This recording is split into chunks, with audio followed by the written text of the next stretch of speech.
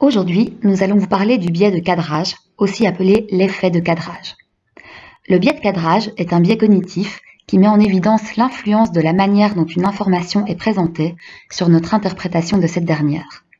Il désigne l'influence importante que peut avoir la formulation d'une question ou d'un problème sur la réponse qui est apportée et notre tendance à être influencé par la manière dont un problème est présenté. Il montre à quel point l'être humain est influençable et offre un moyen de le mesurer. Par exemple, la décision d'effectuer une action risquée est influencée par la manière de présenter le taux de succès ou d'échec. Même si les deux chiffres fournissent la même information, présenter le taux de succès va faire pencher la décision en faveur de l'action et présenter le taux d'échec va faire pencher la décision en défaveur de l'action.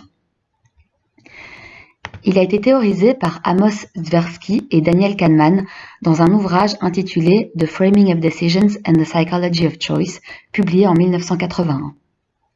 Voici la définition que nous proposent les deux chercheurs dans le résumé qui ouvre leur recherche.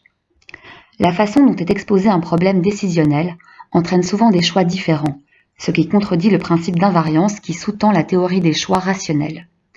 Le non-respect de cette théorie s'explique par les règles régissant la prise de décision et par les principes psychophysiques décrits par la théorie des perspectives.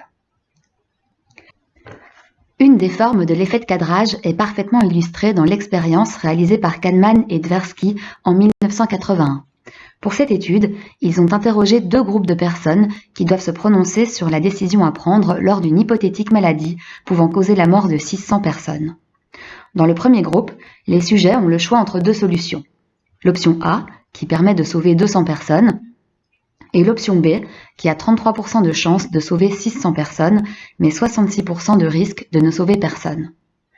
Lorsque nous calculons les probabilités, nous nous apercevons que le nombre de survivants attendus est le même dans les deux options, soit 200 personnes. Cependant, 72% des sujets ont choisi l'option A à cause du risque de ne sauver personne dans l'option B. Dans le second groupe, la formulation est modifiée avec le choix suivant. L'option A, qui provoque la mort de 400 personnes, et l'option B, qui a 33% de chance pour que personne ne meure et 66% de risque que tout le monde meure. 78% des sujets ont choisi l'option B. Dans les deux cas, les probabilités de survie sont les mêmes. Cette expérience montre clairement que la formulation d'une question influence la réponse. Le biais de cadrage est très répandu. Il est fréquemment activé. En voici quelques exemples. Dans un formulaire Internet qui demande une adresse email, il est parfois demandé de cocher une case qui peut être, dans certains cas, oui, j'accepte de recevoir des emails promotionnels, ou, dans d'autres cas, non, je ne souhaite pas recevoir d'emails promotionnels.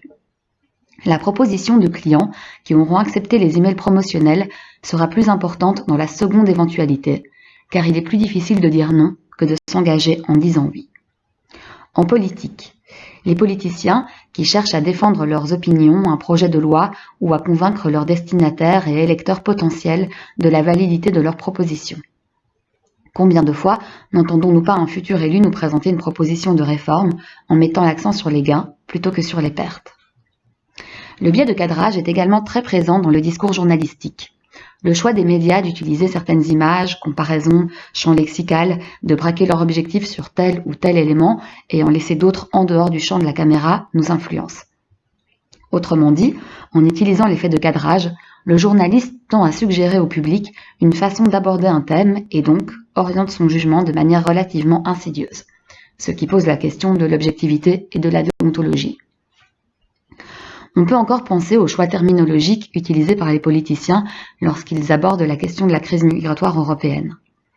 La manière de désigner les ressortissants étrangers arrivés en Europe, migrants, réfugiés, demandeurs d'asile, exilés, sans-papiers, clandestins, n'est pas anodine. De même, on ne dit pas la même chose lorsqu'on parle d'une crise migratoire ou d'une crise des migrants. L'utilisation du mot crise pose également question. Selon le terme choisi, on va mettre l'accent sur son aspect humain, légal ou encore économique, et le message est interprété différemment. Le biais de cadrage est également très utilisé en marketing. En effet, lorsqu'on choisit de mettre l'accent sur un produit contenant 20% de matière grasse ou 80% sans matière grasse, cela orientera encore une fois le choix des acheteurs.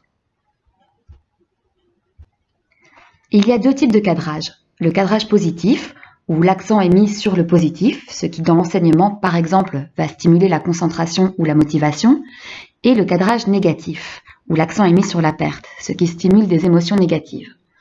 Des études montrent que l'information négative va accentuer la mémorisation de l'information, tandis que d'autres études illustrent que nous sommes plus réceptifs et plus motivés par les cadrages positifs. L'être humain aurait tendance à se focaliser d'abord sur le négatif.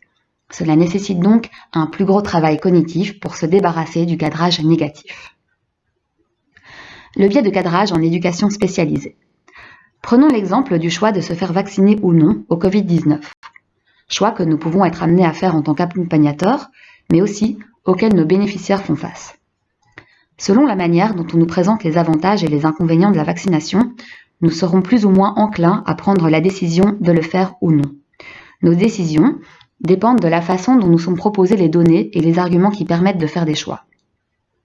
Cet effet de cadrage est un biais cognitif dont nous devons avoir conscience pour prendre les décisions de la manière la plus objective possible. Il en va de même lorsque nous proposons à nos bénéficiaires différentes pistes de réflexion dans le but d'une prise de décision de leur part. Nous travaillons à rendre les personnes autonomes et lorsque nous leur présentons de multiples possibilités, nous devons veiller à ne pas présenter celle qui nous semble la meilleure avec un angle de vue plus positif. De même, il peut être intéressant dans les activités que nous proposons de questionner nos rapports, nos normes, en permettant différents angles de vue. Apprendre à porter un regard critique sur ce qui semble acquis, établi depuis et pour toujours. Comme lors d'un atelier photo organisé dans une école où photographes, enseignants et élèves ont participé de manière égale. Ils ont pu tous se découvrir au travers de leurs œuvres, se réinventer. Les effets de cet exercice sur l'ensemble des participants ont remis en question les rapports de hiérarchie et les normes imposées par le lieu. Alors que pouvons-nous faire pour limiter le biais de cadrage ? En prendre conscience est la première étape. Ensuite, il s'agit de veiller à développer son esprit critique et, dans notre cas, proposer ce travail à nos bénéficiaires peut s'avérer intéressant. Comment faire ? En prenant le temps de s'informer et de comprendre, en multipliant les sources, en parvenant à faire la différence entre les faits et leurs interprétations, en confrontant et en questionnant les interprétations et en différenciant les opinions et les croyances des expériences.